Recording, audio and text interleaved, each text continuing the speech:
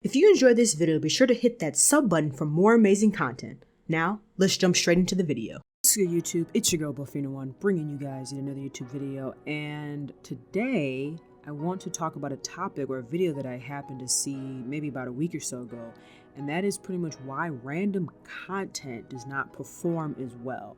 So they were essentially talking about like the three niches or three things that people do that now in 2022 is no longer it's no longer going to really help you in terms of the algorithm or in terms of trying to, progress with YouTube. And so I kind of thought about that, random content, right? And that kind of fits, some people would say vloggers, because that's kind of what vloggers do. They even said that vlogging is no longer a big, vlogging, unless you already kind of have a fan base, meaning maybe you have an Instagram, Facebook, Twitter, something that people already kind of know you for. It's going to be relatively hard for you to, get to a point where you can just put up random content and it'll do well, it'll do perfectly fine. And then it kind of made me think about commentary, which is kind of what this channel is, right? And essentially that's really what commentary is. You go online or you hear about different things that are trending in the news, and then you make a video on it and you commentate on that topic, and it kind of goes from there. And I think a lot of why they feel like, these channels, in a sense, that post, random content are not doing well. I don't think it's so much that it doesn't do well. I think it's a lot has to do with the fact that it's so much of it out there.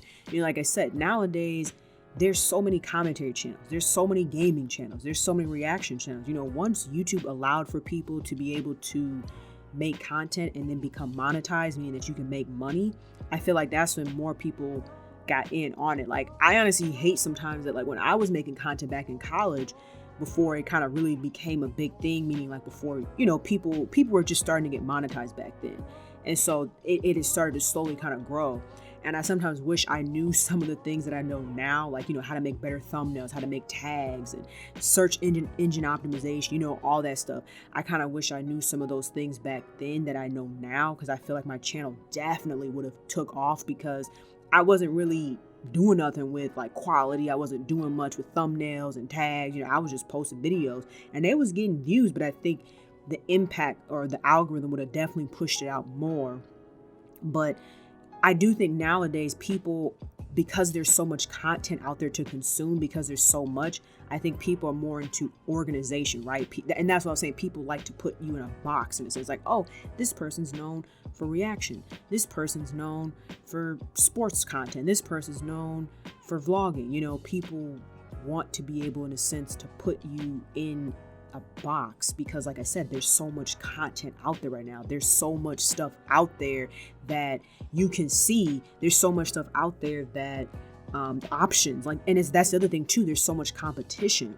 And so I think a lot of time that's the problem with a lot of channels that create, I guess you could say, freeform or random content, is because there's so much competition. There's so many other people doing the exact same thing that it makes it really hard for you to stand out. And if you're not uploading every day or at least multiple times a week, your channel essentially just will not grow, because YouTube is all about watch time now. Kind of like how the algorithm is that if you're not uploading multiple times a week or at least almost daily, the algorithm won't catch your wave. Everything is about this wave thing now. You got to be able to upload X amount of times a week, upload every day for the algorithm to catch the wave, because like I said, the way YouTube is set up is it's all about watch time. And I saw that with, my podcast, is that I may not have a whole bunch of subscribers, but the subscribers that watch my podcast, because they were 30 minutes or so episodes, and people watch them all the way through, the algorithm pushed them out. So although I may only had,